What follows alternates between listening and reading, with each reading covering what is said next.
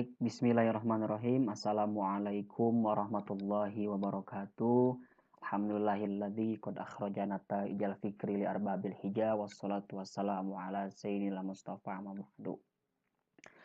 Baik rekan-rekan sekalian atau pemirsa yang sedang menyaksikan video tutorial ini, sebelumnya perkenalkan, nama saya Nur Muhammad Rizkia.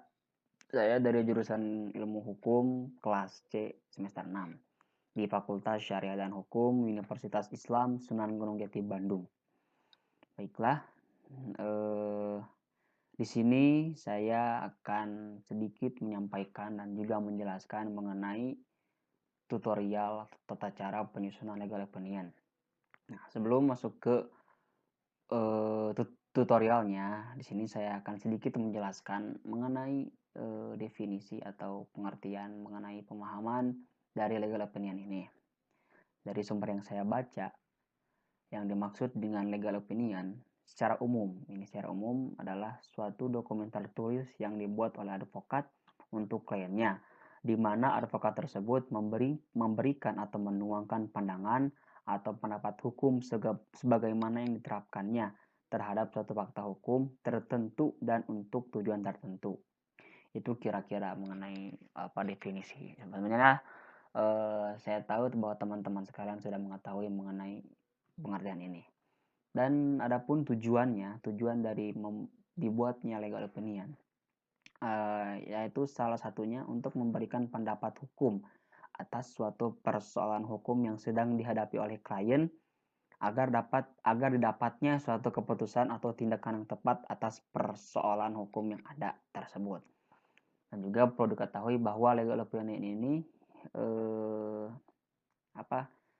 intinya dibuat untuk kasus-kasus hukum privat atau hukum perdata. Makanya di penyusunan legal opinion ini merupakan tugas dari tugas ujian akhir semester yang diberikan oleh dosen pengampu mata kuliah penanganan perkara perdata, yaitu Bapak yang terhormat Bapak Ahmad Jamaluddin SHMH. Seperti itu. Nah, baik teman-teman, kiranya menurut saya sudah cukup mengenai intro atau pendahuluan video ini. Baik, untuk selanjutnya mungkin sedikit akan saya tunjukkan dokumen legal opinion yang saya buat. Seperti ini, sebentar. Saya menyimpan ini di folder. Ya. Nah, sebenarnya begini teman-teman. Pada dasarnya dalam pembuatan legal opinion ini, mohon maaf saya belepotan, pastinya ada prinsip-prinsip dalam pembuatannya. Nah, sebagaimana yang teman-teman ketahui bahwa prinsip-prinsip dalam pembuatan legal opinion ini yaitu yang pastinya berdasarkan atau mendasar pada hukum Indonesia. Karena advokat yang berpraktek dalam wilayah Republik Indonesia, di mana hukum yang dikuasai adalah hukum Indonesia, tidak berkompeten untuk menyampaikan pendapat hukum yang didasarkan pada hukum selain hukum Indonesia. Makanya dalam pembuatan ini seharusnya memang sepatutnya yang harus didasarkan atau mendasar dari hukum Indonesia, terutama hukum perdata Indonesia. Nah, yang kedua, legal opinion ini disampaikan secara lugas, jelas, dan tegas dengan tata bahasa yang benar dan sistematis. Yang kedua, legal opinion ini tidak memberikan jaminan terjadi suatu keadaan. Jadi, legal opinion ini hanya sebatas ibarat konsultasi lah ke advokat. Juga tidak menyelesaikan suatu sengketa. Ini hanya saran-saran yang diberikan oleh Pak advokat, seperti itu. Nah, yang terakhir juga perlu diperhatikan mengenai prinsip pembuatan ini ialah harus diberikan secara jujur dan lengkap. Jujur artinya legal opinion ini harus disampaikan kepada klien sebagaimana adanya tidak dibuat-buat, dan tidak semata-mata memberikan pendapat hanya untuk mengakomodir keinginan klien. Nah, jika berdasarkan ketentuan hukum yang berlaku, keinginan klien tidak dapat terpenuhi, maka hal tersebut harus dikemukakan dalam jelas dalam legal opinion tanpa ada yang tutupi, seperti itu. Nah, juga legal opinion ini tidak mengikat bagi advokat dan bagi klien, seperti itu. Nah, langsung saja ke video tutorial. Sebenarnya ini bukan tutorial ya, video penyampaian materi mengenai legal opinion.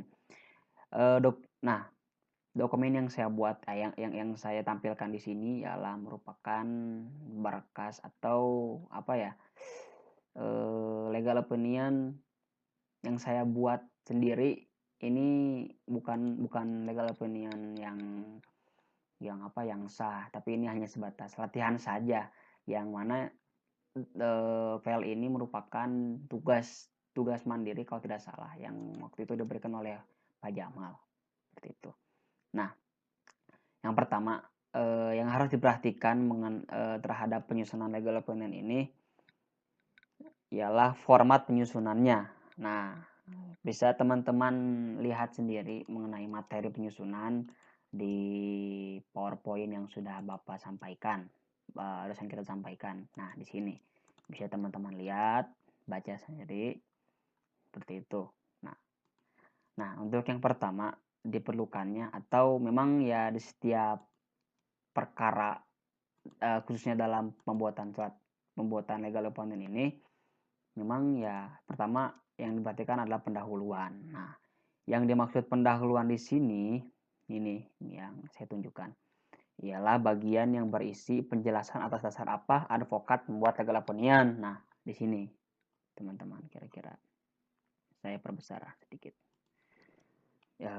Yaitu apakah berdasarkan permintaan secara tertulis dari klien melalui surat atau secara lisan yang disampaikan dalam rapat yang dihadiri klien, agar advokat memberikan pendapat hukum atas permasalahan-permasalahan hukum yang sedang dihadapi klien, atau didasarkan karena diperlukan sebelum menangani perkara, seperti itu. Yang pertama pendahuluan. Nah, yang kedua permasalahan yang dimintakan dalam legal opinion. Nah, bagian permasalahan ini, mungkin saya tunjukkan bagian permasalahan yang dimintakan legal opinion. Nah, di sini tertera dalam pendahuluan, seperti itu. Selanjutnya, bahan-bahan yang berkaitan dengan permasalahan yang ada, seperti informasi data-data dan dokumen-dokumen. Nah, di sini mungkin tuh di bagian ini sudah saya lampirkan. Sebelumnya mohon maaf saja jika legal opinion yang saya buat secara menurut saya, yang saya ketahui dan saya pelajari, yang telah Bapak jelaskan, yang telah Bapak dosen kita jelaskan, ini mungkin gambarannya. Nah, yang kedua, dasar-dasar hukum dan perundang-undangan yang terkait dalam permasalahan. Nah, ini mungkin posisi kasus tadi di permasalahan. Nah, ini nih tadi. Nah, ini merupakan dasar hukum yang saya simpulkan menjadi penelusuran bahan hukum. Nah, ini itu. Kemudian uraian fakta-fakta kronologis. Itu. Mungkin di sini nih. Nah, mungkin secara materi saya mungkin sedikit tidak mempraktekkan secara komprehensif, tapi poin-poinnya sama-sama saja. Ini fakta-faktanya atau posisi kasusnya. Kemudian yang paling penting di sini adalah harus adanya analisa hukum atau legal analysis. Nah, seperti ini teman-teman. Dilihat saja. Seperti itu. Di poin pertama kan berhubung kasus perdata ini itu perjanjian utang piutang, maka dalam seharusnya atau yang saya pahami terdapat 3 analisis kasus yang harus kita analisis ya. Yang pertama, perjanjian utang piutang dapat dikategorikan sebagai kontrak, yang mana dasar dari analisis ini adalah yang terdapat di permasalahan hukum.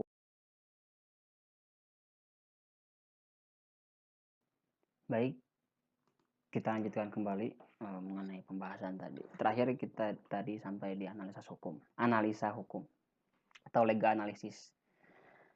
Nah, teman-teman sekalian, perlu diketahui bahwa bagian ini menguraikan analisa dan pertimbangan hukum advokat atas pokok permasalahan berdasarkan ketentuan hukum yang berlaku dan dokumen-dokumen yang berkaitan dengan permasalahan, pokok permasalahan. Nah, ini tadi kan sudah saya jelaskan mengenai jadi analisis hukum ini jawaban atas permasalahan hukum yang terjadi terhadap si klien. Nah, ini yang pertama, apakah perjanjian utang piutang yang kedua belah pihak buat dapat dikategorikan sebagai kontrak. Yang kedua, apakah perjanjian utang piutang yang ditandatangani oleh kedua pihak tersebut mengikat. Yang ketiga, apakah kewajiban utang piutang yang tidak terpenuhi itu dapat dikategorikan sebagai uang prestasi. Dan jawabannya dari sini. Mungkin akan panjang sekali, lama sekali menyita waktu jika saya bacakan secara keseluruhan. Nah, di sini saya akan menunjukkan saja bahan-bahannya. Ini merupakan footnote sumber referensi yang saya kutip. Tuh. Nah, ini terus dan sampailah ke pendapat hukum. Nah, mengenai poin ini berisi uraian tentang pendapat advokat atas pokok permasalahan yang didasarkan pada analisa dan pertimbangan hukum atas fakta-fakta informasi serta dokumen terkait dengan pokok permasalahan sehingga dapat diketahui jawaban atas permasalahan yang ada. Nah, pendapat hukum ini disampaikan dengan selalu terfokus pada permasalahan sistematis dan tidak berbelit-belit. Ini merupakan prakteknya. Sungguh tidak berbelit-belit kan? Menurut saya. Nah, di poin terakhir ada kesimpulan. Di sini saya langsung saja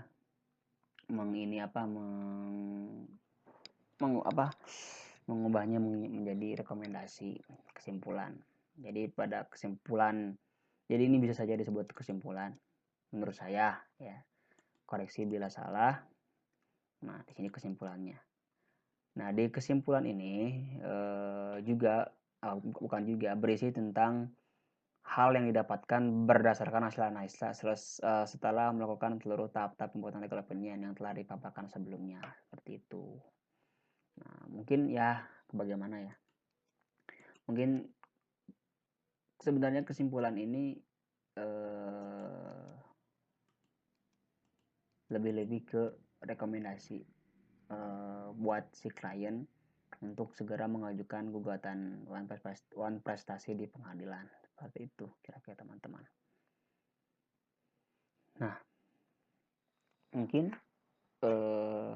sekian atas video tutorial yang saya buat, saya sampaikan. Mohon maaf jika dalam penyampaian kurang jelas atau bahasa yang digunakan kurang berkenan. Kiranya mohon maaf dan terima kasih atas perhatiannya. Juga mohon maaf atas segala kekurangannya. Akhir kata saya tutup. Wallahul muwaffiq li aqwamit thoriq. Wassalamualaikum warahmatullahi wabarakatuh.